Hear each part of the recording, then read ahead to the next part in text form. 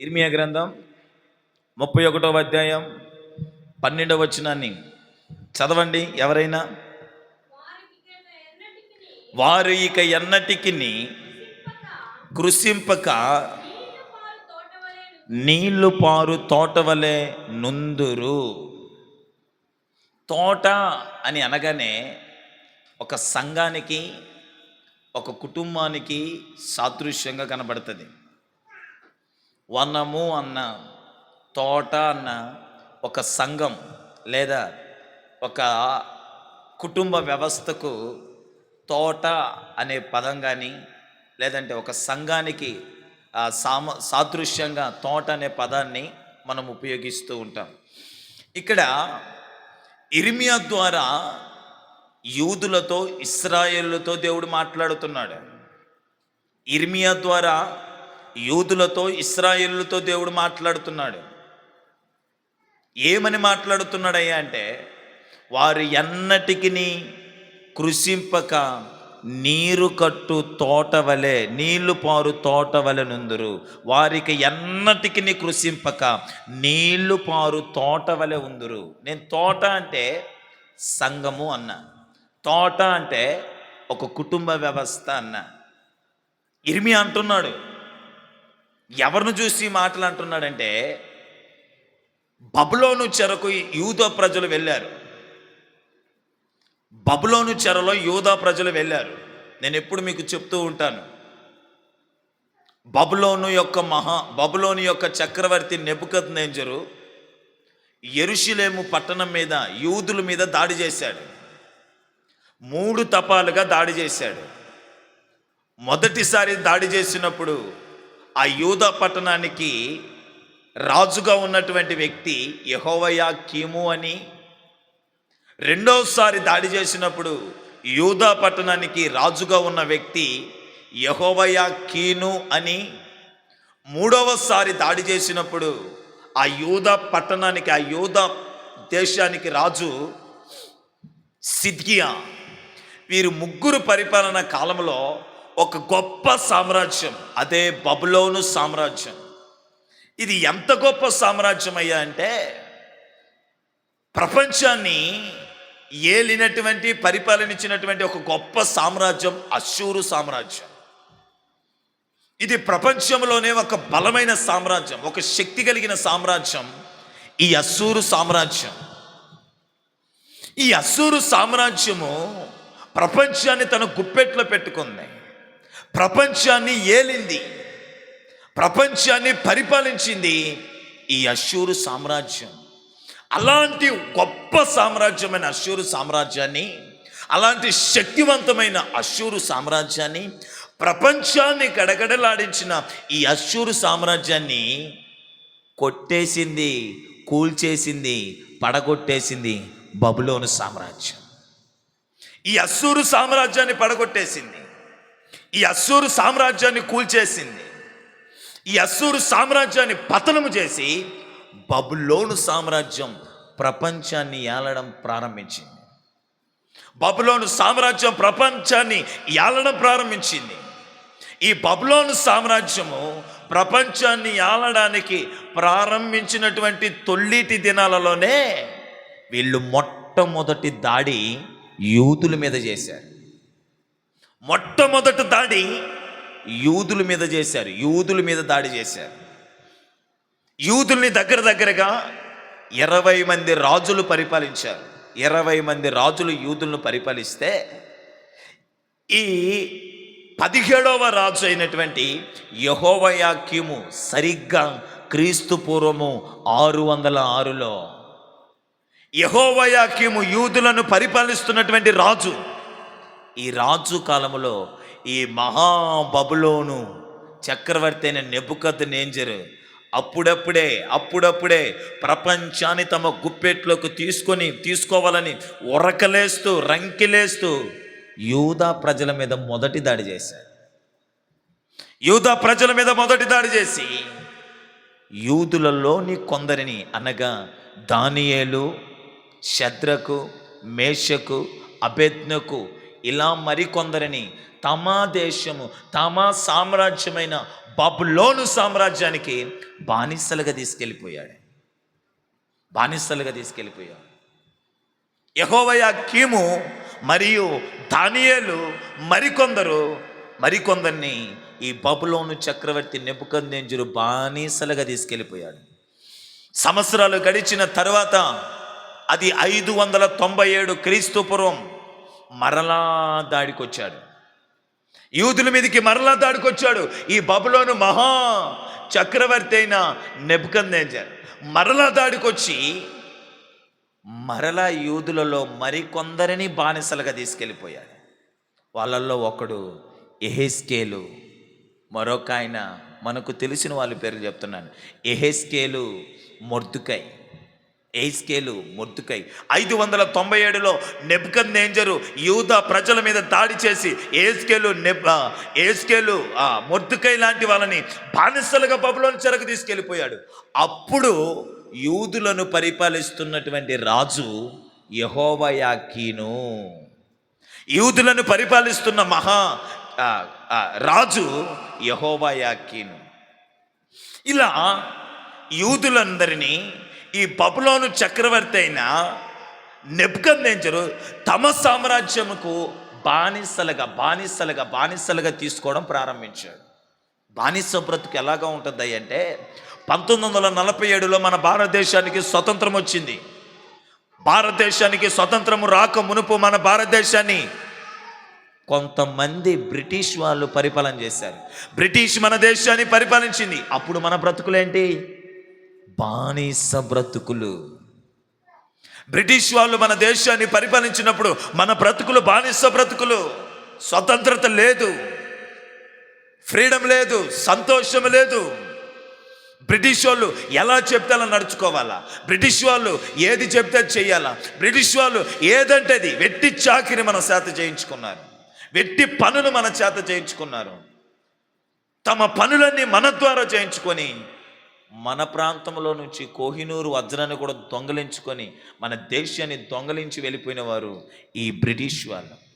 ఆ తదనంతరం మన దేశ నాయకులు పోరాడి భారతదేశానికి 1947లో భారతదేశానికి ఏం తీసుకొచ్చాడు? స్వతంత్రత, అనగా బానిస సంఖ్యల నుంచి విడిపించారు. మన దేశ నాయకులు పోరాడి బానిసత్వం, బ్రిటిష్ అనబడిన బానిసత్వంలో నుంచి మనల్ని బయటికి తీసుకొచ్చారు. నేను ఎందుకు ఈ మాట చెప్పానంటే బానిసత్వం అంటే ఎలా ఉంటుందో చెప్తున్నాను. ఈ యూదుల మీద బబులోను రాజు అయినటువంటి నెబుకద్నెజరు, బబులోను చక్రవర్తి అయిన నెబుకద్నెజరు దాడి చేసి వాళ్ళందరినీ బానిసలుగా తీసుకెళ్ళిపోయాడు బబులోను సామ్రాజ్యానికి. వారు బానిసలుగా వెళ్ళక మునుపు, బానిసలుగా వెళ్ళిన తర్వాత వీళ్ళకి ఒక ప్రవక్త ప్రవచిస్తూ వచ్చాడు. బానిసలుగా వాళ్ళు వెళ్ళక మునుపు, బబులోను యూదుల మీద దాడి చేయక మునుపు, అనగా యూదులను పరిపాలిస్తున్న రాజు యోషియా కాలము 13వ ఏట నుండి ఒక ప్రవక్త ప్రవచించడం ప్రారంభించాడు. యూదుల మీద బబులోను దాడి జరిగింది. యూదులందరినీ బబులోనీలు చెరగా తీసుకెళ్ళిపోయారు. తీసుకువెళ్ళిపోయినాక కూడా ఒక వ్యక్తి ప్రవచిస్తూనే ఉన్నాడు. ఆ వ్యక్తే ఇర్మియా. మీకు అర్థమవుతుందా? యూదుల మీద బబులోను చక్రవర్తి దాడి చేశాడు. బబులోను చక్రవర్తి యూదుల మీద దాడి చెయ్యక మునుపు, అనగా యూదులను యోషియా అనబడిన రాజు పరిపాలించేటువంటి ఆ రాజు పరిపాలనలో నుంచి, అక్కడ నుంచి యూదులు బబులోను చెరకు వెళ్ళేంత వరకు కూడా ఒక వ్యక్తి ప్రవచిస్తూ వచ్చాడు. ఆ వ్యక్తి ఇర్మియా. విందాం. బబులోను చక్రవర్తి వచ్చాడు, యూదుల మీద దాడి చేశాడు.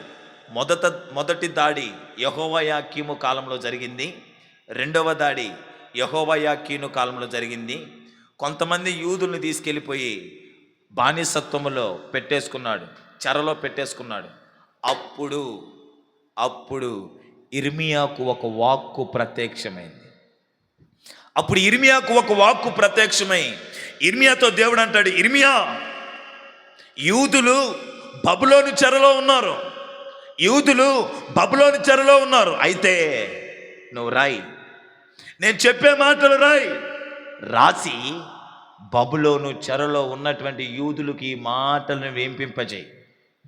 బబులోను చెరలో ఉన్న యూదులకి ఈ మాటలు వినిపింపజేయి. ఏ మాటలు? ఆ మాటలు, యూదులారా భయపడకండి, బానిసత్వంలో ఉన్నారు, బంధకాల్లో ఉన్నారు, చెరలో ఉన్నారు, భయపడకండి. మిమ్మల్ని మీరు ఎన్నటికి కృషింపక నీళ్లు పారు తోట వలె మిమ్మల్ని నేను మార్చబోతున్నాను అంటున్నాడు. యూదులారా, ఎక్కడున్నారంటే యూదులు బబులోను చెరలో ఉన్నారు. బబులోను చెరలో ఉన్న యూదులతో దేవుడు మాట్లాడి ఇర్మియా ద్వారా తెలుపుతున్న మాటలు అవి. ఇర్మియా, బబులోను చెరలో ఉన్న యూదులకు ఉత్తరం రాసి సిద్కియా యొక్క అనుచరుల ద్వారా పంపించు. ఆ ఉత్తరంలో ఈ మాటలు ఉండాలి. ఏ మాటలో? 70 సంవత్సరాల తర్వాత నేను బబులోను చెరలో నుంచి యూదులందరినీ బయటికి తీసుకురాబోతున్నా. 70 సంవత్సరాల తర్వాత చెరలో నుంచి బయటికి తీసుకురాబోతున్నా. 70 సంవత్సరాల తర్వాత బంధకాల నుంచి బయటికి తీసుకురాబోతున్నా. 70 సంవత్సరాల తర్వాత బానిస బతుకులను నేను విడిపించి వారికి ఎన్నటికి కృషింపక నీరు పారు తోట వలె వారిని నేను చేయబోతున్నాను. ఇక వారి అన్నటికీ కృషింపరు, ఇక వారి అన్నటికీ కృంగిపోరు, వారి అన్నటికీ బలహీనులు కారు. ఇక వారి అన్నటికి కృషింపక నీరు పారు తోట వలె నేను వారిని మార్చబోతున్నాను అని ఇర్మియా ద్వారా బానిసత్వములో బబులోను చెరలో ఉన్న యూదులకు ప్రకటింపబడుతున్న మాటలు ఈ మాటలు. ఆ రోజు ఇర్మియా ద్వారా ఈ మాటలు బానిసత్వములో బంధకాల్లో బబులోను చెరలో ఉన్న వారికి దేవుడు ప్రకటిస్తే, ఈరోజు కూడి వచ్చిన మీ అందరితో నా దేవుడు మాట్లాడుతున్నాడు. ఇక ఎన్నటికి కృషింపక నీరు పారు తోట వలె నా ప్రభు మనల్ని ఆశీర్వదించబోతున్నాడు. ఇక ఎన్నటికి కృషింపక నిజమే, ఒకప్పుడు కుంగిపోయావు, ఒకప్పుడు బలహీనపడ్డావు, ఒకప్పుడు వేదన పడ్డావు, ఒకప్పుడు ఎంతో బాధను అనుభవించావు. బబులోను చెరలో 70 సంవత్సరాలు యూదులు అల్లాడినట్టు నీ జీవితంలో అనేక ప్రతికూలతలు, అనేక ఇబ్బందికరమైన పరిస్థితులు, అనేక దుఃఖ దినములు, అనేక వేదనకరమైన దినములు, అనేక బాధకరమైన దినములు నీ జీవితంలో నువ్వు చూచుండొచ్చు. నా ప్రభు ఈ మధ్యాహ్నపు పునరుద్ధానపు ఆరాధనలో మాట్లాడుతున్నాడు. ఇక మీరు ఎన్నటికి కృషింపరు. అది ప్రవచనం. ఇశ్రాయేలులకు, యూదులకు వాగ్దానముతో కూడిన ప్రవచనం అది. ఇక ఎన్నటికి మీరు కృషింపక నీరు పారు తోట వలె నేను మిమ్మల్ని మార్చబోతున్నాను. నీరు పారేటువంటి తోట ఎలా ఉంటుంది చెప్పండి? ఫలభరితంగా ఉంటుంది. వరి పంటను కాస్త గమనించండి. ఎప్పుడు నీళ్ళు పెట్టుంటారు వరి పంటకి. తద్వారా వరి పంట ఎలా ఉంటుంది? నికనికలాడుతూ పచ్చపచ్చంగా, అసలు ఎంత సుందరంగా ఉంటుందో. ఫలభరితంగా ఉంటుంది. నీరు పారేటువంటి తోట ఎప్పుడు ఫలవంతంగా ఉంటుంది. నీరు లేని తోట అంట ఎండిపోయినట్టుగా, లేకుంటే నీరు లేని తోట ఎలా ఉంటుందండి? ఎండిపోయి భూమంతా పగిలిపోయి చాలా దారుణంగా ఉంటుంది. నా ప్రభు అంటాడు, నీరు లేని తోటగా కాదు, నీరు పారేటువంటి తోటగా నా ప్రభు ఇదిగో ఈ పునరుత్థానపు ఆరాధనలో పాలు పొందిన మనల్నందరినీ ఆశీర్వదించనై ఉన్నాడు. ఆనాడు యూదులకు ప్రకటించిన దేవుడు నిన్న నేడు ఏకరీతిగా ఉన్నాడు. ఆయన నేటి కూడా సజీవుడు. ఆ దేవుడు ఈరోజు నీతో నాతో మాట్లాడుతున్నాడు. ఇక ఎన్నటికి మీరు కృషింపరు నీరు పారు తోట వలె, నీరు పారేటువంటి తోట వలె ఫలవంతంగా ఫలభరితంగా మీ కుటుంబాలను, సంఘాన్ని ప్రభు ఆశీర్వదించబోతున్నాడు. హల్లెలూయా. కుటుంబాలను, మీ కుటుంబాలు నీరు పారు తోట వలె ఫలభరితంగా ఉండబోతున్నాయి. సంఘము నీరు పారు తోట వలె ఫలభరితంగా ఉండబోతున్నాయి. దేవునికే మహిమ కలుగునుగాక. దేవునికే మహిమ కలుగునుగాక. ఇది మొదలుకొని ఇంతవరకు నువ్వు కృషించిపోయి ఉండొచ్చు, ఇంతవరకు నువ్వు బానిసత్వంలో బ్రతికి ఉండొచ్చు, ఇంతవరకు నువ్వు చెరలో బ్రతికి ఉండొచ్చు, ఇంతవరకు నువ్వు శ్రమలలో మ్రగ్గి ఉండొచ్చు, ఇంతవరకు నువ్వు వాడిపోయిన జీవితాన్ని జీవించి ఉండొచ్చు, ఇంతవరకు నువ్వు ఎండిపోయిన జీవితాన్ని జీవించి ఉండొచ్చు, ఇంతవరకు నువ్వు జీవించుచున్నావే కానీ ఒక ఆశీర్వాదకరమైన బ్రతుకులేని జీవితాన్ని నువ్వు జీవించి ఉండొచ్చు. కానీ ఈరోజు నా ప్రభు నీతో మాట్లాడుతున్నాడు.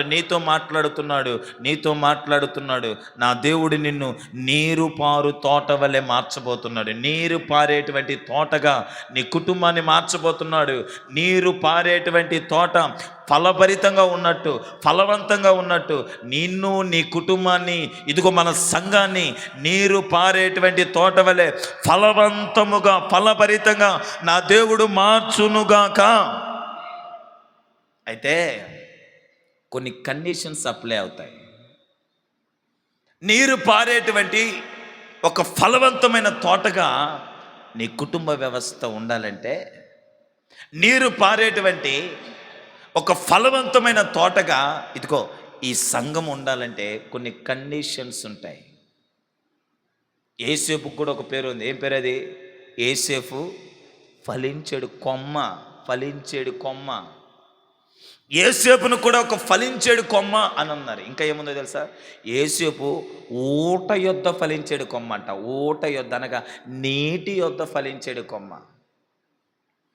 ఈరోజు ప్రభు మనందరితో మాట్లాడుతున్నటువంటి ఒక శ్రేష్టమైన మాట, మనల్ని నీరు పారు తోట వలె ఫలవంతముగా, ఫలభరితంగా మనల్ని దేవుడు మార్చబోతున్నాడండి. ఫలభరితంగా మన జీవితాలు ప్రభు మార్చబోతున్నాడు. విశ్వసించండి. నా దేవుడు ఈ మాటను మన జీవితాలలో, మన కుటుంబాలలో, మన సంఘములో ఈ మాటను స్థిరపరచునుగాక. నీరు పారు తోట వలె ఫలభరితంగా, ఫలవంతంగా మన కుటుంబ వ్యవస్థలు, మన సంఘము కూడా ఉండాలంటే మనకు కొన్ని క్వాలిటీస్ ఉండాలి, కొన్ని లక్షణాలు ఉండాలి. అవేంటో త్వరగతిగా ఒక 2-3 చెప్పి నేను ముగిస్తాను. యెషయా గ్రంథము 29వ అధ్యాయం 17వ వచనం. యెషయా గ్రంథము 29వ అధ్యాయం 17వ వచనం. కొన్ని మాటలు త్వరగతిగా.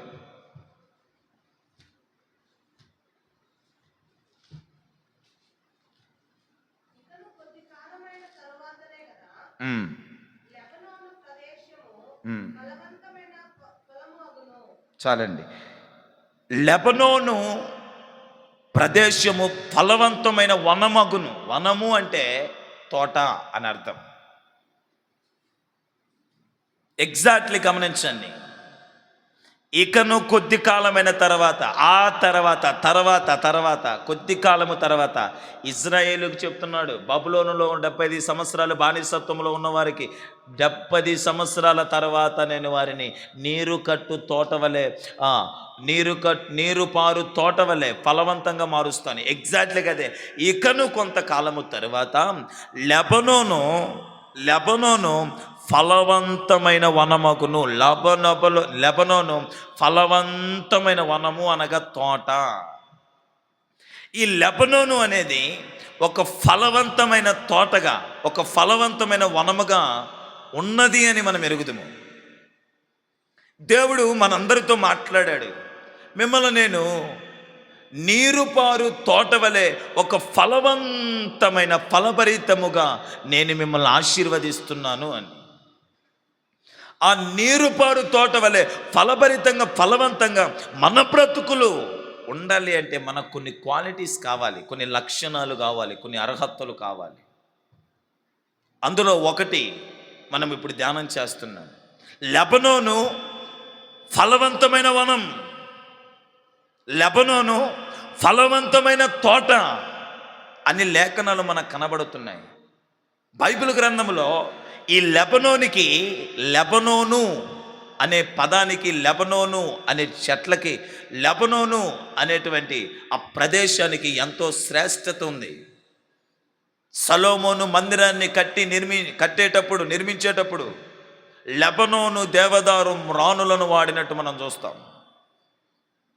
పరమగీతములలో కూడా లెబనోను అనబడిన పదం మనకు ఎక్కువగా కనబడుతుంది. లెబనోను ఒక ఫలవంతమైన వనం. ఎందుకు లెబనోను ఫలవంతమైన వనమయ్య అంటే, మీరు బైబిల్ గ్రంథంలో హోషియా గ్రంథం 14వ అధ్యాయం 5వ వచనాన్ని చూడండి. హోషియా గ్రంథం 14వ అధ్యాయం 5వ వచనం. చెట్టునకు మంచుండునట్లు నేనతని కుందును, తామార పుష్పము పెరుగునట్లు అతడు అభివృద్ధి నొందును. లెబనోను పర్వతము దాని వేళ్ళు తన్నునట్లు వారు వేళ్ళు తన్నుదురు. లెబనోను ఫలవంతమైన వనం. ఎందుకు లెబనోను ఫలవంతమైన వనం? లెబనోను దాని యొక్క వేళ్ళంట తన్నును అని ఉన్నాయి. లెబనోను యొక్క వేళ్ళు తన్నును అని ఉన్నాయి. అంటే ఏంటి అర్థం? లెబనోను యొక్క ఆ వ్రేళ్ళు అంట భూమిలోకి లోపలికి తన్నుకుని పోయి ఉంటాయంట. మీకు అర్థమవుతుందా? లెబనోను యొక్క వ్రేళ్ళు, ఆ చెట్టు యొక్క వేళ్ళు భూమి లోపలికి తన్నుకొని పోయి ఉంటాయంట. భూమి లోపలికి కాస్త వ్రేళ్ళు వెళ్ళగా లోపల వ్రేళ్ళకి ఏమి తగులుతాయి? నీరు తగులుతుంది. భూమి లోపల ఉండే నీరు వ్రేళ్ళకి ఏం చేస్తుంది? తగులుతుంది. ఈ లెబనోను అనబడిన ఈ తోట, లేకుంటే ఈ లెబనోను అనబడిన ఈ వృక్షము దాని యొక్క వ్రేళ్ళు లోపలికి తన్నుకొని పోతే ఆ లోపల నీరు ఆ నీటిలోకి ఈ వ్రేళ్ళు వెళ్ళిపోతాయి. తద్వారా లెబనోను యొక్క వనము, లెబనోను అనబడిన తోట ఫలవంతంగా ఉంటుంది. Praise the lord. అర్థమవుతున్నాయి కదండి? ఈ లెబనోను అనే చెట్టు యొక్క వ్రేళ్ళంట లోపలికి తన్నుకుని పోతాయంట. భూమి లోపల నీరు ప్రవహిస్తున్నది కనుక ఈ లెబనోను యొక్క వ్రేళ్ళు లోపలికి తన్నుకోవడాన్ని బట్టి మెట్టుకు లోపలున్న నీటిలోకి దీన్ని వ్రేళ్ళెలుతాయి. లోపల ఉన్నటువంటి నీరుకి దీన్ని వేలు తగిలినప్పుడు ఆ లెబనోను ఆ చెట్టు అనేది ఫలవంతంగా ఉంటుంది. లెబనోను యొక్క అది ఫలవంతమైన వనము ఎందుకయ్యా అంటే దాని యొక్క వ్రేళ్ళు లోపలికి తన్నుకొని వెళ్తాయంట. విందాం. ప్రియమైనటువంటి దేవుని ప్రియులారా, మనము ఫలవంతమైన నీరు పారేటువంటి తోట వలె ఫలవంతముగా, ఫలభరితంగా మనం ఉండాలంటే, మన జీవితాలు ఉండాలంటే, మన బ్రతుకులు ఉండాలంటే, మన కుటుంబ వ్యవస్థలు ఉండాలంటే, ఇదిగో మనల్ని ఇచ్చిన ఈ సంఘము ఫలవంతమైన తోట వలె ఉండాలంటే మన ఆత్మీయ జీవితం లోతైనదిగా ఉండాలి. లెబనోను ఫలవంతమైన వనం. ఎందుకు? దాని వేళ్ళు లోలోతుకి తన్నుకొని పోతున్నాయంట.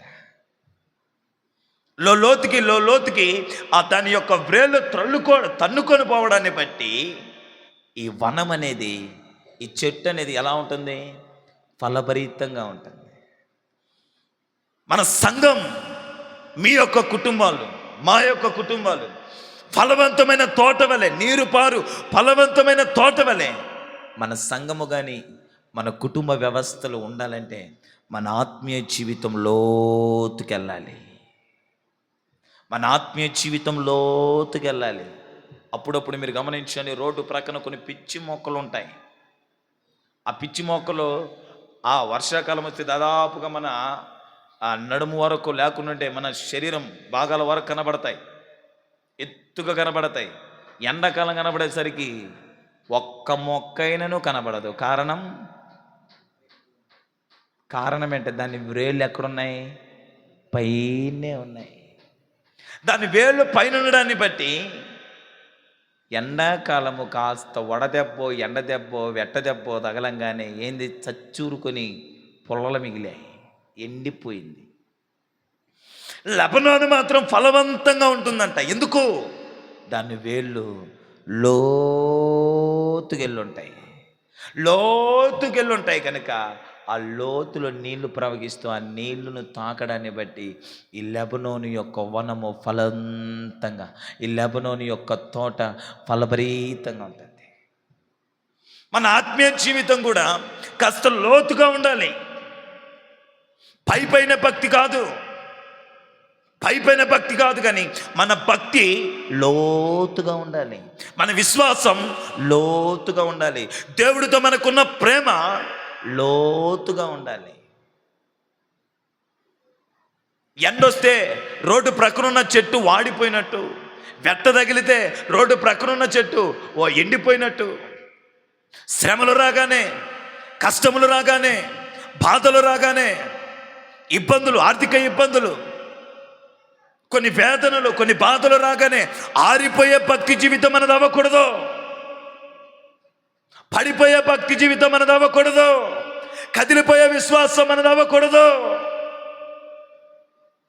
విడిచిపోయే క్రీస్తుని విడిచిపోయే ప్రేమ మనది అవ్వకూడదు. మీకు అర్థమవుతుంది కదండి? ఎండ వెట్ట గాలి తగలగానే రోడ్డు ప్రక్కన వ్రేలు లోతుకు వెళ్ళని చెట్టు ఎండి వాడి పొల్లలు మిగిలినట్టుగా మన ఆత్మీయత యాత్రలో కొన్ని శ్రమలు కలిగినప్పుడు, కొన్ని కష్టాలు వచ్చినప్పుడు, కొన్ని బాధలు వచ్చినప్పుడు, కొన్ని ఉపద్రవాలు వచ్చినప్పుడు, కొన్ని సమస్యలు వచ్చినప్పుడు, కొన్ని ప్రతికూల పరిస్థితులు వచ్చినప్పుడు మన భక్తి ఆరిపోకూడదు. మన భక్తి పడిపోకూడదు. మన విశ్వాసం పడిపోకూడదు. మన విశ్వాసం పడిపోకూడదు. మన భక్తి ఆరిపోకూడదు. దేవుడితో మనకున్న ప్రేమ కూడా విడిచిపెట్టి వెళ్ళిపోయే వారంగా మనం ఉండకూడదు. ఈరోజు చాలామంది క్రైస్తవ ప్రపంచంలో కనబడుతున్నారు.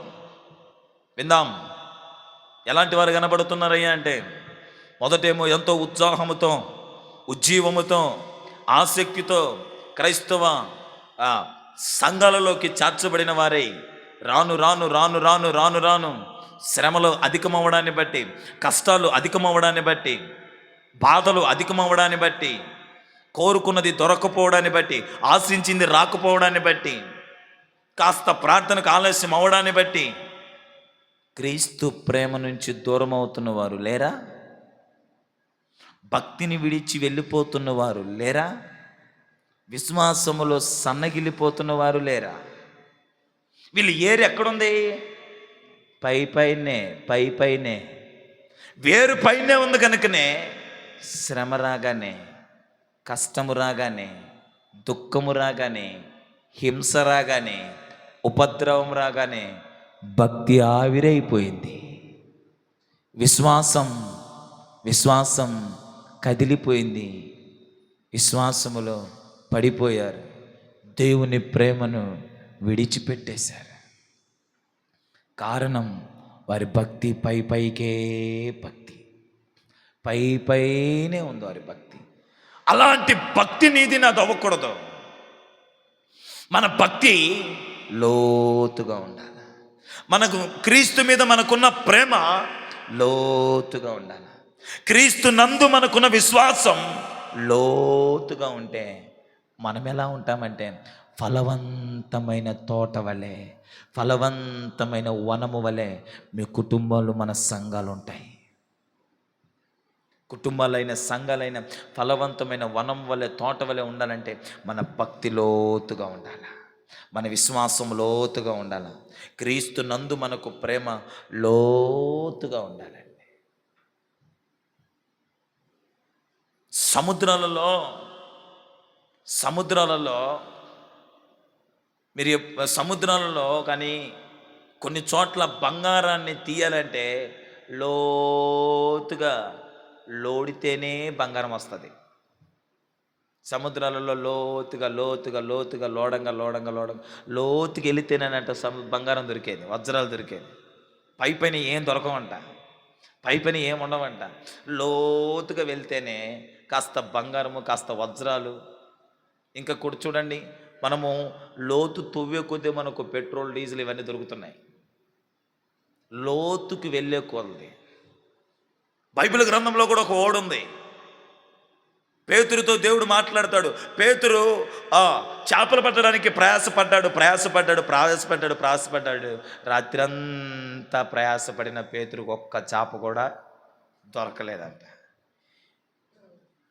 యేసు ప్రభు సూర్యోదయం కలగానే యేసు ప్రభు వచ్చాడు. పేతురు, తిప్పు, కాస్త నీ వాడని తిప్పు, కాస్త లోతుకు పోనిచ్చి వలై అన్నాడు. నీ వాడని కాస్త లోతుకు పోనిచ్చి వలై అనగానే పేతురు యేసు ప్రభు మాటను బట్టి వాడనలా తీసుకెళ్ళి వల వేయగా పట్టజాలనంత విస్తారమైన చేపలు పట్టినట్టు మనం గమనిస్తాం. పట్టజాలనంత విస్తారమైన చేపలు పట్టినట్టు మనం గమనిస్తామండి. నా ప్రియమైనటువంటి వాళ్ళరా, మన భక్తి లోతుగా ఉండాలి. మన విశ్వాసం లోతుగా ఉండాలి. దేవునితో మనకున్న ప్రేమ లోతుగా ఉండాలి. అప్పుడప్పుడు అంటుంటారే అమ్మాయిలు, అబ్బాయిలు, ఏమని, ఆ అమ్మాయి ప్రేమలో నేను పీకల్లోతులో మునిగిపోయానంటారు. అమ్మాయి ప్రేమలో నేను పీకల్లోతులో మునిగిపోయాను, నేను రాను, చావడానికైనా రెడీ, చంపడానికైనా రెడీ. ఎవరు ఏమైపోతున్నా నాకు అనవసరం, నేను అమ్మాయి ప్రేమలో పీకల్లోతులో మునిగిపోయానంటాడు. అమ్మాయి కూడా అంటుంటుంది, ఆ అబ్బాయి ప్రేమలో నేను పీకల్లోతులో పోయాను. ఇక వాడు నువ్వు ఎవరిని చూపించినా, నువ్వు ఎవరిని తీసుకొచ్చినా నేను రాజీ పడను, నాకు అబ్బాయే కావాలి. ఎందుకయ్యంటే పీకల్లోతులో పోయిందంట. ఆ లోతు ఏదో నాకు తెలియదు. ఇంకా ఆ పీకల్లోతు అంటుందో, పీకల్లోతు అంటే ఇంకా కడుపు లోపల కంటే ఏదైనా పెద్దది, నోట్లో నుంచి కడుపు కడుగునే పెద్ద లోతు అనుకుంటే ఓకే. పీకల్లోతు అంటే ఎడికేగా, ఓహో కింద నుంచి పైదాకా ఎడదాకనా, అట్లా ఓకే డన్. నీటిలో మునిగినప్పుడు ఎడదాకా నీళ్ళు వస్తాయి కదా, దీన్నే పీకల్లోతు అంటారు.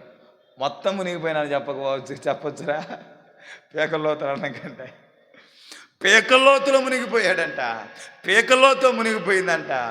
మునిగిపోయిన వాళ్ళు మునిగిపోతూనే ఉన్నారు కాదండి. అలాగే క్రీస్తు నందు విశ్వాసంలో మనం అంత లోతుకి వెళ్ళాలి.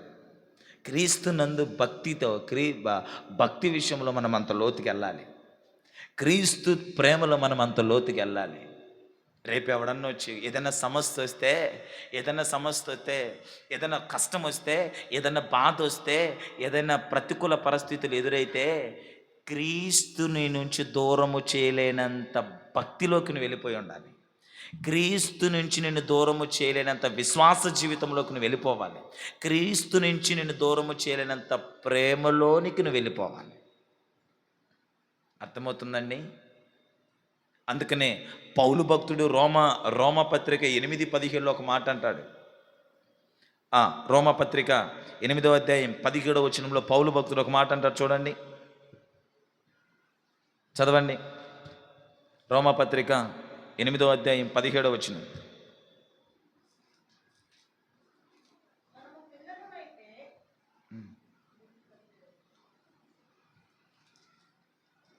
ఆ 8వ అధ్యాయం 17వ వచనంలో చివరి మాటను చదువుతున్నాను, చూడండి.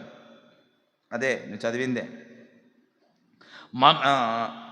ఇక్కడ ఉంది 15. మనము పిల్లలమైతే వారసులం, అనగా దేవునికి వారసులము, క్రీస్తుతో కూడా మహిమ పొందుటకు ఆయనతో శ్రమ పడిన ఎడల క్రీస్తు తోడి వారసులము. మనలను ఎడబాపు వాడెవడు? శ్రమైనను, బాధైనను, హింసైనను, కరువైనను, వస్త్రహీనత అయినను, ఉపద్రవమైనను, ఖడ్గమైనను మనల్ని ఎడబాపునా? అపోస్తుడైన పౌలు అంటాడు, శ్రమైన, బాధైనా, హింసైనా, కరువైనా, వస్త్రహీనతైనా, ఉపద్రవమైన, ఖడ్గమైన, ఏది ఏమైనా ఆయన క్రీస్తు ప్రేమ నుంచి మనల్ని ఏది ఎడబాపుతుంది? క్రీస్తు ప్రేమలు అంత లోతుగా ఉన్నాడు అపోస్తుడైన పౌలు. శ్రమ వచ్చిన నా క్రీస్తు ప్రేమ నుంచి నన్ను ఎడబాపలేదు. హింస వచ్చినా నా క్రీస్తు ప్రేమ నుంచి నన్ను ఎడబాపలేదు. బాధ వచ్చినా నా క్రీస్తు ప్రేమ నుంచి నన్ను ఎడబాపలేదు. కరువు వచ్చినా నా క్రీస్తు ప్రేమ నుంచి నన్ను ఎడబాపలేదు. ఉపద్రవం వచ్చినా నా క్రీస్తు ప్రేమ నుంచి నన్ను ఎడబాపలేదు. ఖడ్గమైన నా క్రీస్తు ప్రేమ నుంచి నన్ను ఎడబాపలేదు. ఏది కూడా నా క్రీస్తు ప్రేమ నుంచి నన్ను ఎడబాపవు. అపోస్తుడైన పౌలు క్రీస్తుతో అంత లోతైన ప్రేమలో ఉన్నాడు. క్రీస్తునందు ఆ లోతైన విశ్వాసం కలిగిన వాడే ఉన్నాడు.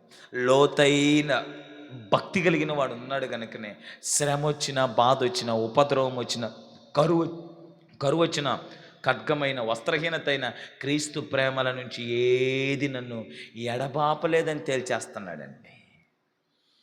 లోతుగా ఉంది తన ప్రేమ క్రీస్తు మీద, లోతుగా ఉంది తన విశ్వాసం క్రీస్తు మీద, లోతుగా ఉంది తన భక్తి క్రీస్తు మీద. లోతైన భక్తి జీవితాన్ని మనం చేయాలి. లోతైన విశ్వాస జీవితాన్ని మనం కలిగి ఉండాలి.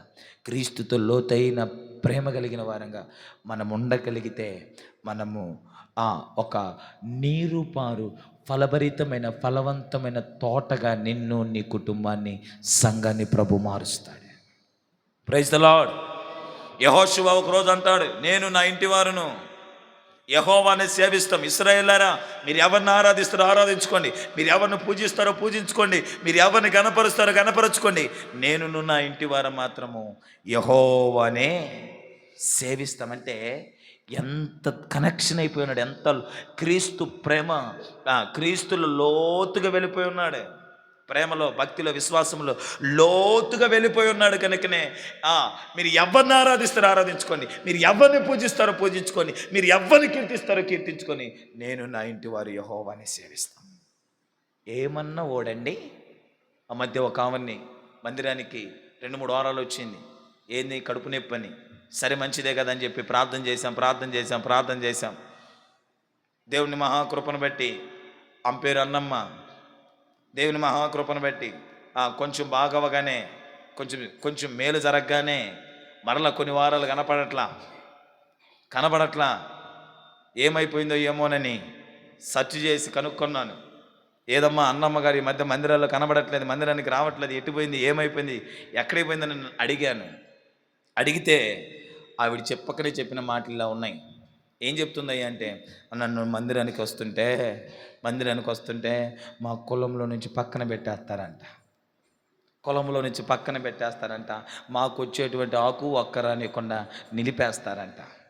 ఆకు ఒక్క రానిరంట, కులంలో నుంచి మమ్మల్ని ప్రక్కన పెట్టేస్తారంట. దాంతో ఇక నేను ఇంకేం చేయలేక మందిరం మానేసినాను. ఇప్పటికి కూడా రావట్లా. యెహోషువ అంటాడు, నేను నా ఇంటి వారును యెహోవానే సేవిస్తాం. మీరు ఎవరిని ఆరాధిస్తారో ఆరాధించుకొని. ఏంటండి ఆ త్యాగం? ఏంటండి ఆ తీర్మానం? ఏంటండి ఆ దేవుని పట్ల తనకున్న ప్రేమ? ఏంటండి దేవుని పట్ల తనకున్న విశ్వాసం? ఏంటండి తనకున్న దేవుని పట్ల భక్తి? నేను నా ఇంటి వారం క్రీస్తునే సేవిస్తాం. మీరు ఎవరిని ఆరాధిస్తారో ఆరాధించుకోండి.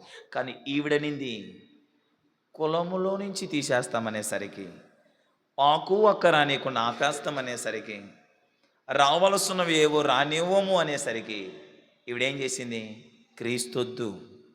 క్రీస్తొద్దు, దేవుని మందిరం వద్దు, ఆ పాస్టర్ గారు కూడా మాకొద్దు, రాజీ పడిపోయింది, వదిలేసింది, విడిచిపెట్టేసింది.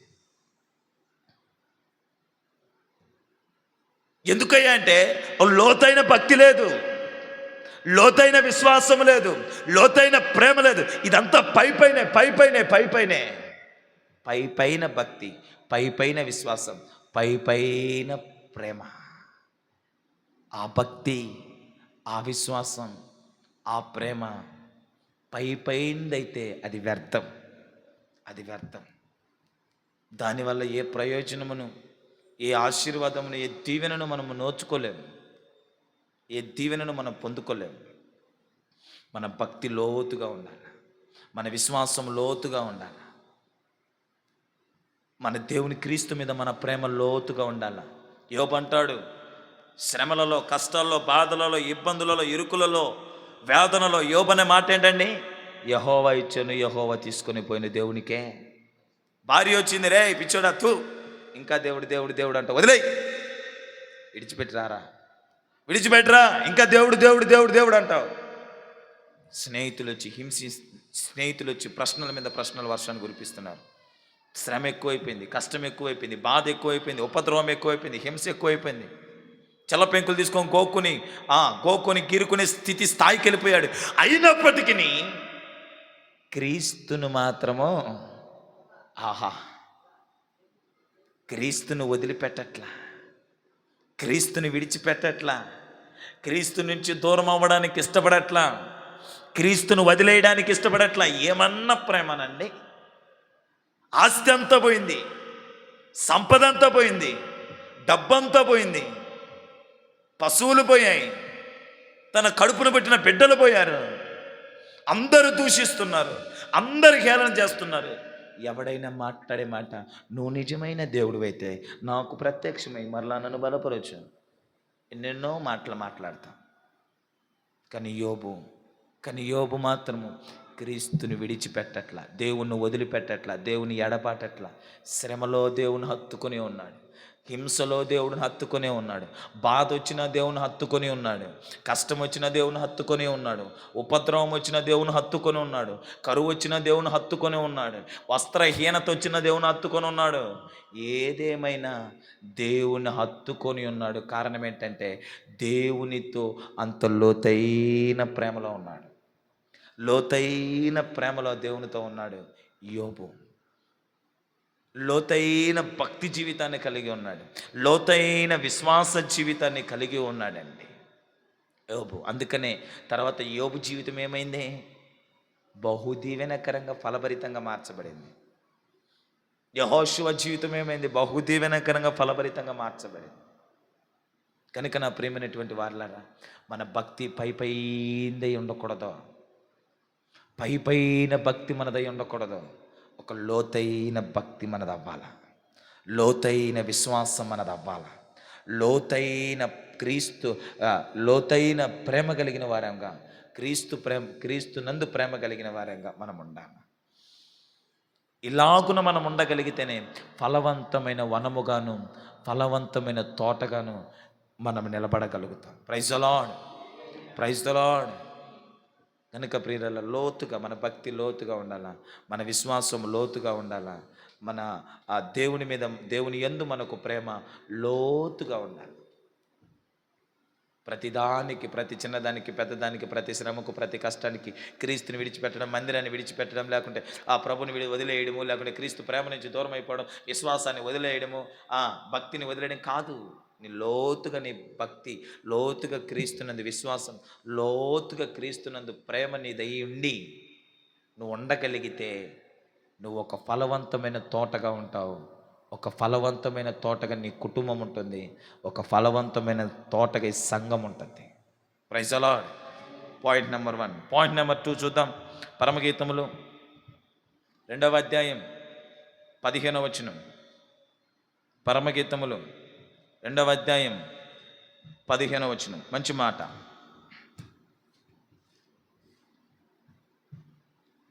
ఇంకొక 15 నిమిషాలు ముగిస్తాను. పరమగీతములు 2:15 చదవండి.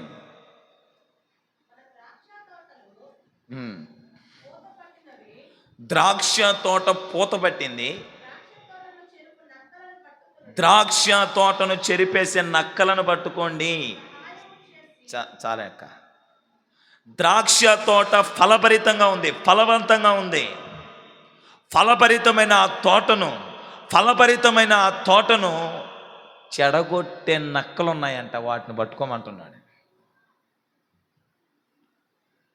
అర్థమవుతుందండి? ఫలవంతమైన తోట ద్రాక్ష తోటకు ఏం పట్టింది? పూత పట్టి ఫలవంతంగా ఉంటే ఆ తోటను పాడు చేయడానికి కొన్ని నక్కలు దూరాయంట. ఆ నక్కలను పట్టుకోండి అంటున్నాడు. ఆ తోటను చెరిపేసే, తోటను పాడు చేసే, ఆ తోటను నిర్జీవంగా చేసే, ఆ తోటను నిర్మానుష్యంగా చేయగలిగే ఆ నక్కలను పట్టుకోండి, ఆ నక్కలను పట్టుకోండి. ఈ నక్కలు ఏం చేస్తాయంటే తోటను వనముగా ఉండనీవు, ఫలభరితంగా ఉండనీవు. ఈ నక్కలో తోటలోకి వెళ్ళి ఫలవంతంగా కాస్త తోట ఉన్నదనుకో, దాన్ని చెరిపి దాన్ని పాడు చేసి ఆ మెట్టుకు ఆ తోటను మొత్తం నిర్జీవంగా చేసి, ఆ తోట మొత్తం పాడు చేసి, ఆ తోట మొత్తాన్ని నిర్మానుష్యంగా చేసేసి పతనం చేసిపోతాయండి. ఆ నక్కలను పట్టుకోండి. మీరు ఫలవంతమైన తోటగా ఫలవంతమైన వనముగా, ఒక ఫలవంతమైన నీరుపారు ఫలవంతమైన తోట వలె నీవుండాలంటే పాడు చేయదలిచి ఉన్నటువంటి నక్కలను మీరు పట్టుకోవాలి. నక్క అంటే లూకాసు వార్తలో 13వ అధ్యాయం 31, 32లో ఒక వ్యక్తి మనకు కనబడతాడు. యేసుక్రీస్తు ప్రభు ఆ వ్యక్తిని చూసి అంటాడు, ఏమంటాడో చూడండి. లూకాసు వార్త 13వ అధ్యాయం 31.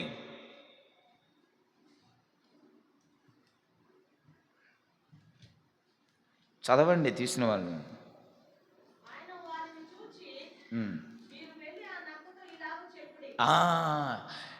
యేసు ప్రభు అంటున్నాడు, మీరు వెళ్ళి ఆ నక్కతో చెప్పండి, ఆ నక్కతో పోయి చెప్పండి. ఫలవంతమైన తోటను పాడు చేసే నక్కలను ఏం చేయాలంట? పట్టుకోమన్నాడు. జాగ్రత్త చెప్తున్నాను, విందాం. మన కుటుంబాలకు, మన సంఘానికి అవసరమైన మాటలు. ఫలవంతమైన వనాన్ని, ఫలవంతమైన తోటను పాడు చేయడానికి నక్కలున్నాయి. ఆ నక్కలు పట్టుకోండి.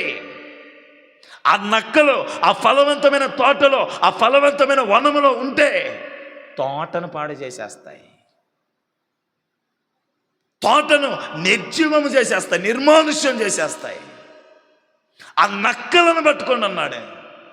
లూకాసు వార్తలోకి వచ్చేసరికి వెళ్ళి ఆ నక్కతో చెప్పండి అంటున్నాడు. యేసు ప్రభు అంటాడు, వెళ్ళి ఆ నక్కతో చెప్పండి. ఎవరు ఆ నక్క? హేరోదు అంతియోపా. బైబిల్ గ్రంథంలో 6 హేరోదులు ఉన్నారు. మనకు మత్తయి సువార్త 2వ అధ్యాయం 1 నుంచి 20 వచనాన్ని చూస్తే మహాహేరోదు కనబడతాడు. ఇతను పెద్ద ఆయన. మత్తయి సువార్త 2వ అధ్యాయం 22వ వచనంలో చూస్తే అర్కలాయి అనబడిన వాడు కనబడతాడు. ఇతను రెండో వాడు. మత్తయి సువార్త 14వ అధ్యాయం 3వ వచనం చూస్తే ఫిలిప్పు హేరోదు, ఇతను మూడో వాడు. లూకాసు వార్త 13, ఇప్పుడు మనం చదువుకున్నమాట 13, 31, 32లో హేరోదు అంతియోపా, ఇతడు 4వ వాడు. అపోస్తుల కార్యములు 12వ అధ్యాయం 1వ వచనం 2, 19, 21 నుంచి 23 వరకు మనం చదువుకోగలిగితే అగ్రిప్ప హేరోదు, ఇతడే యాకోబును చంపింది, ఇతడే పురుగుల మందు దాగి చచ్చింది. పురుగులు బట్టి చచ్చింది ఇతనే. అపోస్తుల కార్యములు 25, 13 నుంచి 26 మరి 32 వచనాలు చదువుకోగలిగితే అగ్రిప్ప 2 ఈ హేరోదు కనపడతాడు. ఇతని ఎదుటే పౌలు తన సాక్ష్యాన్ని అంతా పంచుకుంటాడు. బైబిల్లో 6 హేరోదులు ఉన్నారు. హేరోదు అని చదువుకుంటూ పోతే ఏ హేరోదు అయినా ఒకటే కదని చెప్పి ఆ హేరోదు, ఈ హేరోదు, ఆ హేరోదు, ఈ హేరోదు, అన్ని హేరోదులు ఒకటే అనుకోకండి. 6 హేరోదులు ఉన్నారు. ఒకటి మహాహేరోదు. ఇతడే యేసుక్రీస్తు ప్రభు చిన్నప్పుడు చంపేయాలని చూసింది. ఇతడే మహాహేరోదు. యేసుక్రీస్తు ప్రభు చిన్నవాడుగా ఉన్నప్పుడు యేసు ప్రభుని చంపమని ప్రకటించాడు కదా, ఆ మహాహేరోదు ఇతడే. ఆ తర్వాత అర్కలాయి, అతని తర్వాత వచ్చినవాడు అర్కలాయి. ఆ తర్వాత ఫిలిప్పి హేరోదు. ఆ తర్వాత హేరోదు అంతియోపా. ఇతడు యేసు ప్రభు పెద్దయినాక యేసు ప్రభుని చంపచూచిన వాడు. ఇప్పుడు మనకు అవసరమైన వాడు. ఆ నక్కతో చెప్పండి అన్నది ఈయనే. హేరోదు అంతియోపా, ఆ నక్కతో పోయి చెప్పండి. అగ్రిప్ప 1, హేరోదు, ఇతడు యాకోబును చంపాడు, పురుగులు బట్టి చచ్చాడు. అగ్రిప్ప హేరోదు, ఇతను అపోస్తుడైన పౌలు, ఇతని ఎదుట తన సాక్ష్య జీవితాన్ని అంతా పంచుకున్నాడు. ఇక్కడ లూకాసు వార్త 13వ అధ్యాయము ఈ 31, 32 వచనాల్లో యేసు ప్రభు ఈ హేరోదుని గురించి ఒక మాట మాట్లాడుతున్నాడు. ఏమని?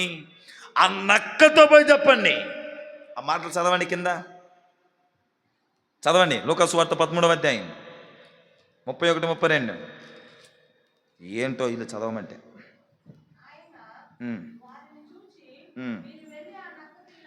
ఆయన వారిని చూచి మీరు వెళ్ళి ఆ నక్కతో ఇలాగ చెప్పండి. ఇదిగో ఆ పై వచ్చిన చదవండి 31. ఆ గడియలోనే కొందరు పరిశీలు వచ్చి నీవెక్కడ నుండి బయలుదేరి పొమ్ము, హేరోదు నిన్ను చంపగోరుచున్నాడని ఆయనతో చెప్పగా. హేరోదు అంతియోప అనబడిన ఈ వ్యక్తి ఎవరిని చంపదలిచాడు? క్రీస్తును చంపదలిచాడు. అందుకని యేసు ప్రభు అంటాడు, ఆ నక్కతో పోయి చెప్పండి. విందాం, మీకు అర్థమయ్యేలా చెప్తున్నా. తోటను పాడు చేసే, ఫలవంతమైన తోటను పాడు చేసే నక్కలను పట్టుకోండి, లేకుంటే అవి తోటను పాడు చేసి, పతనం చేసి, నిర్మానుష్యం చేసి నాశనం చేస్తాయి. యేసు ప్రభు అన్నాడు, వెళ్ళి ఆ నక్కతో చెప్పండి. ఈ నక్క స్వభావం ఏంటంటే, ఈ నక్కను మనం పట్టుకోవాలి. ఈరోజు మన కుటుంబాలలో, మన సంఘాలలో ఈ నక్కలుంటే ఈ నక్కలు మనం పట్టుకోవాలి. మన జీవితంలో నక్కలుంటే నక్కలను పట్టుకోవాలి. ఇవే మన ఫలవంతమైన తోటను పాడు చేస్తున్న నక్కలు. ఇవే మన ఫలభరితమైన మన కుటుంబ వ్యవస్థను, మన ఫలభరితమైన కుటుంబ వ్యవస్థను, సంఘాలను, మన ఫలభరితమైన తోటలాంటి మన జీవితాలను పాడు చేసి, నిర్జీవం చేసి, నిర్మానుష్యం చేసి నాశనం చేస్తున్న నక్కలు ఇవే. ఈ నక్క స్వభావం ఏంటంటే, ఈ హేరోదు యొక్క స్వభావం ఏంటి? క్రీస్తును చంపండి, క్రీస్తును చంపడానికి ప్రయత్నం చేస్తున్నాడంట. హేరోదు అంతియోప క్రీస్తును చంపడానికి ప్రయత్నం చేస్తున్నాడంట. అందుకంటాడు, వెళ్ళి ఆ నక్కతో చెప్పండి అని. క్రీస్తును చంపడానికి. నా ప్రియమైనటువంటి వాళ్ళారా, మన కుటుంబ వ్యవస్థలో, మన జీవితంలో, మన సంఘములో క్రీస్తే లేకుండా చేసే కొన్ని పాపాలు ఉంటాయి. అవే నక్క. ఫస్ట్ దాన్ని పట్టుకోండి. మీకు అర్థమవుతుందని చెప్పింది. క్రీస్తుని హృదయంలో లేకుండా, క్రీస్తుని నివాస గృహంలో లేకుండా, క్రీస్తుకు సంఘములో చోటు లేకుండా చేయగలిగిన కొన్ని నక్కలు, ఆ నక్కలే కొన్ని పాపాలు. అవి నీ తోటను ఫలభరితంగా ఉండనీయకుండా, నీ కుటుంబం అనబడిన తోటను, ఆ సంఘం అనబడిన తోటను, నీ జీవితం అనబడిన తోటను ఫలవంతంగా, ఫలభరితంగా ఉండనివ్వకుండా పాడు చేస్తున్నాయి ఆ నక్కలు. పాపం అనే కొన్ని నక్కలు అవి ఏం చేస్తాయంటే, క్రీస్తును చంపచూడాల చూసేటువంటి నక్క. మనము క్రీస్తును ఆరాధిస్తూ, క్రీస్తును పూజిస్తూ, క్రీస్తును కనపరుస్తూ, క్రీస్తును ప్రార్థిస్తూ ఉండడాన్ని బట్టి మన బ్రతుకులు ఎలా ఉన్నాయంటే, ఫలవంతమైన వనము వలె, తోట వలె ఉంటున్నాయి.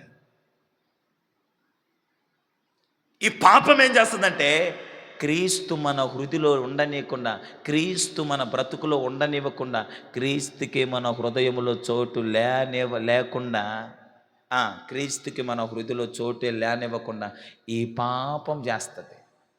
ఈ మధ్యకాలం జరిగిన సంఘటన రికార్డ్ వెళ్తుంది, చెప్పొచ్చా?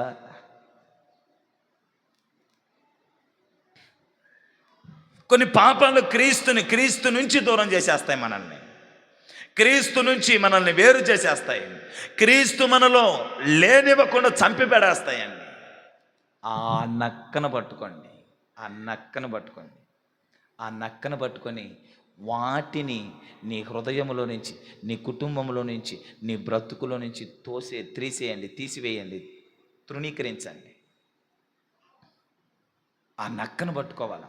క్రీస్తు మన హృదయాల్లో ఉండనీయకుండా, క్రీస్తు మన బ్రతుకులో ఉండనీయకుండా, క్రీస్తును మనం ఆరాధనించనీయకుండా, క్రీస్తు మన కుటుంబంలో ఉండనీయకుండా చంపేసే కొన్ని పాపాలు అవే నక్కలు. ఆ నక్కను పట్టుకోండి. క్రీస్తు మనతో ఉంటేనే, క్రీస్తు మన కుటుంబంలో ఉంటేనే, క్రీస్తు మన బ్రతుకులో ఉంటేనే మనము ఫలవంతమైన తోటగా ఉంటాం, ఫలవంతమైన తోటగా ఉంటాం. ఇప్పుడు ఈ నక్క పని ఏంటంటే, ఈ నక్కనబడిన పాప స్వభావము ఏంటంటే క్రీస్తుని మనలో లేకుండా చేయాలా, క్రీస్తుకు మనల్ని దూరం చేసేయాలా, క్రీస్తుని మనం విడిచిపెట్టేయాలా, క్రీస్తుని మనం వదిలేసేయాలా, క్రీస్తుని మనం ఆరాధించకూడదని ఏదో ఒక పాపాన్ని మన హృదయంలో, ఏదో ఒక వ్యసనాన్ని మన హృదయంలో, ఏదో ఒక చెడు అలవాట్లను మన హృదయంలో పెట్టి ఉంచి క్రీస్తుని మనం ఆరాధించనివ్వకుండా, క్రీస్తును మనం పూజించనివ్వకుండా, క్రీస్తు మనలో లేకుండా చేయడానికి ప్రయత్నం చేస్తుంటాడు. ఆ నక్కను పట్టుకోవాలి మనము. ఫర్ ఎగ్జాంపుల్, సాతానగాడు త్రాగుడు అనే వ్యసనాన్ని మన హృదయంలో పెట్టాడు. దీనివల్ల త్రాగి మత్తెక్కి బూతులు తిట్టి సరసోక్తులు మాట్లాడి పాపాలన్నీ చేయడం బట్టి క్రీస్తు మనలో ఉంటాడా? క్రీస్తు మనలో ఉండడు.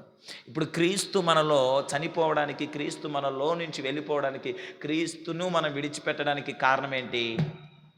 త్రాగుడు. అలాంటి పాపాలు ఏవి నీ జీవితంలో? అలాంటి పాపాలు ఏవి నీ జీవితంలో? క్రీస్తుని నీ బ్రతుకులో ఉండనివ్వకుండా, క్రీస్తుని నీ కుటుంబంలో ఉండనివ్వకుండా, క్రీస్తుని సంఘంలో ఉండనివ్వకుండా త్రోసేస్తున్నటువంటి పాపాలేంటి? కొంతమంది అయితే సేవకులే కానీ, కాపర్లే కానీ సంఘానికి వెళ్ళినా మించి సంఘానికి ఘనతను తీసుకొని రారు, దేవునికి ఘనతను తీసుకురారు. నేనంతా, నేనంతా ఇంకిదే తన గురించి, తన కుటుంబం గురించి, తనోళ్ళ గురించే. నేనట్టా, నేనెట్టో. ఈ బ్యాచ్ ఒకటి ఉంటుంది, 24 గంటలు తమ డబ్బా బాదుకోవడమే. క్రీస్తు కనపడ్డ ఇంకా సంఘంలో, క్రీస్తు కనిపించడు ఆ సంఘంలో, క్రీస్తు ఆగమనం ఉండదు. ఇంకా ఎంతవరకు ఈడు కనపడాలా, ఈడేషధారణ కనపడాలా, ఈడు వృత్తి కనపడాలా, ఈడే కనపడాలా? లేరా సంఘాలు? అట్లాంటి సంఘాలు ఎన్నో ఉన్నాయి. ఇప్పుడు క్రీస్తును ఆరాధించడంలో విశ్వాసులు, క్రీస్తును పూజించడంలో విశ్వాసులు క్రీస్తును ప్రక్కన పెట్టి సంఘ కాపర్లను తగులుకున్నారు. సంఘ కాపర్లే వారికి రోల్ మోడల్. సంఘ కాపర్లు, సేవకులే వాళ్ళకి ఆదర్శవంతులుగా చేసుకుంటున్నారు సంఘ కాపర్లని. సంఘ కాపర్లు వాళ్ళేదో క్రీస్తును ప్రజలకు కనబరచాలి కదా, క్రీస్తును ప్రజలకు చూపించాలి కదా. క్రీస్తును చూపించడం ప్రక్కన పెట్టి, క్రీస్తును కనబరచడం ప్రక్కన పెట్టి వీళ్ళు ప్రజలకు కనబడడం ప్రారంభిస్తున్నారు. వీళ్ళు ప్రజలకు తమ్మును అగుపరుచుకోవడం ప్రారంభిస్తున్నారు. వీళ్ళు ప్రజలకు కనపడడం ప్రారంభిస్తున్నాడు. అనగా ఆ సంఘాలు క్రీస్తుని ఏం చేశారు? పక్కన పెట్టేశారు, తృణీకరించేశారు. ఇవే ఫలవంతమైన తోటను పాడు చేసే నక్కలు. వీటిని పట్టుకొని తృణీకరించాల, త్రోసేయాల, తీసిపడేయాల.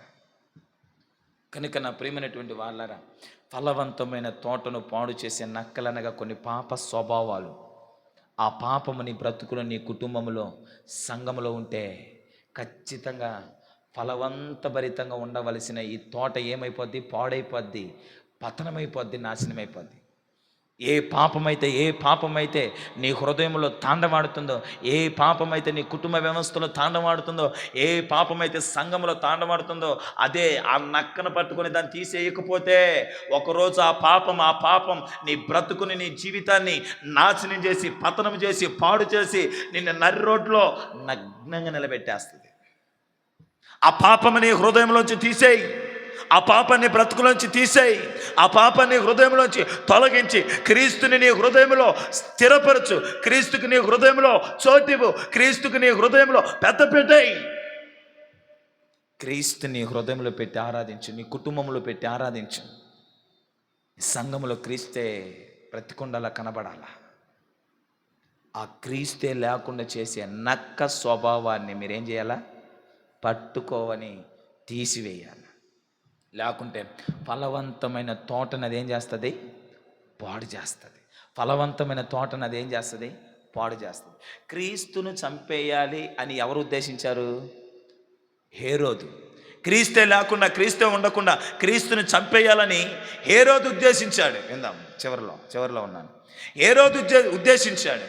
అంటే క్రీస్తు భూమి మీదకి తండ్రి చిత్తాన్ని జరిగించడానికి వచ్చాడు కాదా? తండ్రి చిత్తం భూమి మీద జరిగించడానికి క్రీస్తు భూమి మీదకి వస్తే భూమి మీద క్రీస్తుని లేకుండా చేయాలన్న ఉద్దేశం ఈ నక్కైన హేరోదు ఉద్దేశం. తండ్రి చిత్తాన్ని జరిగించనివ్వకుండా అడ్డుపడే స్వభావం నక్క స్వభావం. దాన్ని తీసేయి. నీ కుటుంబంలో కానీ, సంఘములో కానీ, నీ బ్రతుకులో కానీ తండ్రి చిత్తము కాకుండా నీ చిత్తం, నీ ఉద్దేశం, నీ సంకల్పం, నీ ఆలోచనలు జరిగించేటువంటి పని చేస్తూ ఉంటుంది ఇది సాతాను. ఇది నక్క స్వభావం. దీనివల్ల తోట పాడైపోద్ది. ఫలభరితమైన తోట, ఫలవంతంగా ఉండవలసిన తోట పాడైపోద్ది. క్రీస్తు చిత్తాన్ని చేయాల. Praise the lord. తండ్రి చిత్తాన్ని జరగనివ్వకుండా అడ్డుపడడానికి నక్కైన హేరోదు అడ్డుపడుతున్నాడు. నీకు అర్థమవుతుంది కదా? యేసుక్రీస్తు ప్రభు తండ్రి చిత్తాన్ని చేయడానికి భూమి మీదకి వచ్చాడు. ఇప్పుడు ఆ చిత్తాన్ని జరిగించకుండా, ఆ చిత్తము జరగకుండా అడ్డుపడే పని, ఆటంక పెట్టే పనిలో హేరోదు ఉన్నాడు. నక్క స్వభావం కలిగిన హేరోదు ఉన్నాడు. మన జీవితాల్లో, కుటుంబాల్లో తండ్రి చిత్తాన్ని జరిగించనివ్వకుండా అడ్డుపడే, ఆటంక పెడితే ఆ నక్కలను పట్టుకోండి. తండ్రి చిత్తాన్ని జరగనివ్వకుండా అడ్డుపడుతూ ఆటంక పెడుతుంటారు. అలాంటి వాటితో జాగ్రత్త, అలాంటి వారితో జాగ్రత్త. తండ్రి చిత్తాన్ని మనం చేయాలా, తండ్రి ఉద్దేశాన్ని మనం చేయాలా, తండ్రి సంకల్పాన్ని మనం చేయాలా. మనుషుల ఆలోచన కాదు, మన ఆలోచనలు కాదు, మన చిత్తం కాదు, మన ఉద్దేశం కాదు. తండ్రి చిత్తం ఏదో ఉంటే అదే చేయాలి, తండ్రి ఉద్దేశం ఏదో ఉంటే అదే చేయాలి. తండ్రి చిత్తాన్ని జరిగించకుండా చేసేటువంటి స్వభావం నక్క స్వభావం. దాన్ని పట్టుకొని దాన్ని మన జీవితంలో నుంచి లాగేయాలి. ఎవరైనా క్రీస్తు చిత్తానికి చేరగించనివ్వకుండా మనుషుల చిత్తాన్ని జరిగించాలని ఎవరైనా కానీ మనల్ని ప్రేరేపిస్తూ మనల్ని రేపితే అలాంటి వాళ్ళని పట్టుకొని కట్ చేసి పక్కన పెట్టాలి. మన జీవితంలో, మన స్నేహములు, మన కుటుంబ, మన బ్రతుకులోని అలాంటి వాళ్ళకి తీసేయాలి. క్రీస్తు చిత్తాన్ని జరగనించనివ్వరిలో, దైవ చిత్తాన్ని జరగనించనివ్వకుండా తమ స్వచిత్తాన్ని, సొంత చిత్తాన్ని జరిగించడానికి ప్రయత్నం చేస్తుంటారు. ఇది నక్క స్వభావం. ఈ నక్క స్వభావమును కలిగినటువంటి ఈ స్థితిని, ఇలాంటి పరిస్థితి గల వారిని మనం పట్టుకొని జాగ్రత్తగా ఉండగలిగితేనే మనము ఫలవంతమైన తోట వలె ఉంటాము. Praise the Lord. హల్లెలూయా. చివరి మాట చూడండి, అయిపోయిందా? యెషయా గ్రంథం 5:4. యెషయా గ్రంథం 5:4 ఒకే ఒక రెఫరెన్స్.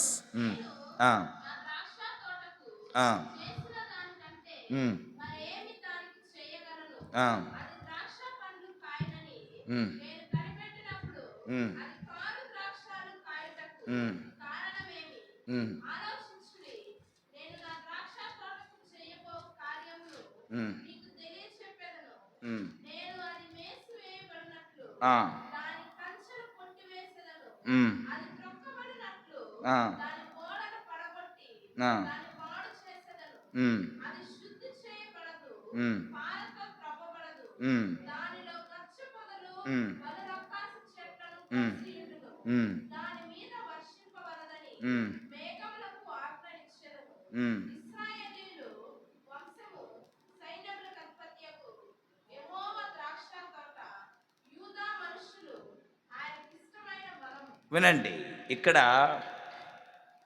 నా ప్రియుని గూర్చి పాడేదని వినండి. అతనికి ఒక ద్రాక్ష తోట, అతని ద్రాక్ష తోటను బట్టి నాకు ఇష్టమైన వాని గురించి పాడేదని వినండి. సత్తువ భూమి గల కొండ మీద నా ప్రియునికి ఒక ద్రాక్ష తోట ఉండెను. ఆయన దాన్ని బాగా త్రవ్వి రాళ్ళను ఏరి అందులో శ్రేష్టమైన ద్రాక్ష తీగలు నాటించెను. దాని మధ్యలో బురుజులో ఒకటి వేయించి ద్రాక్ష తొట్టిని తొలిపించెను. ద్రాక్ష పండ్లు ఫలింపవలని ఎదురు చూచుచుండగా అది కారు ద్రాక్షలు కాచెను. తోట, ఆయన క్రీస్తుకు ఒక తోట ఉందంట, ద్రాక్ష తోట. ఆ తోట ఫలవంతంగా ఉండాలని, ఫలభరితంగా ఉండాలని దానికి ఎన్నో వ్యయ ప్రయాసలు పడ్డాడు. నీరు పెట్టాడు, శుభ్రపరిచాడు, అంతా ఎరువేశాడు. ఎందుకు ఇదంతా చేసింది?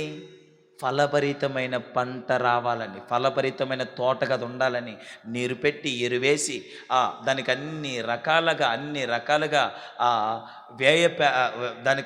దాన్ని జాగ్రత్త కలిగి చూసుకుంటే ఒకరోజు అది ఏ ఫలాలు ఇచ్చిందంట? కారు ద్రాక్షలు ఇచ్చిందంట. నా ప్రియమైనటువంటి వాళ్ళారా, ఫలవంతమైన తోటగా ప్రభు మనల్ని ఆశీర్వదిస్తున్నాడు. ఫలవంతమైన తోటగా మనల్ని ఉండడానికి ప్రభు మనల్ని దీవిస్తున్నాడు. అందుకు ప్రభు మన పట్ల ఉన్నతమైన కార్యాలు, అద్భుతమైన కార్యాలు చేసి ఫలవంతమైన తోటగా, ఫలవంతమైన వనముగా ప్రభు మనల్ని దీవిస్తూ ఆశీర్వదిస్తున్నాడు. ఫలవంతమైన తోట, ఫలవంతమైన వనముగా మనము ఉండాలంటే మనము కారు ద్రాక్షలు కాయకూడదు. కారు ద్రాక్షలు కాస్తే దేవుడు ఏం చేస్తాడంట?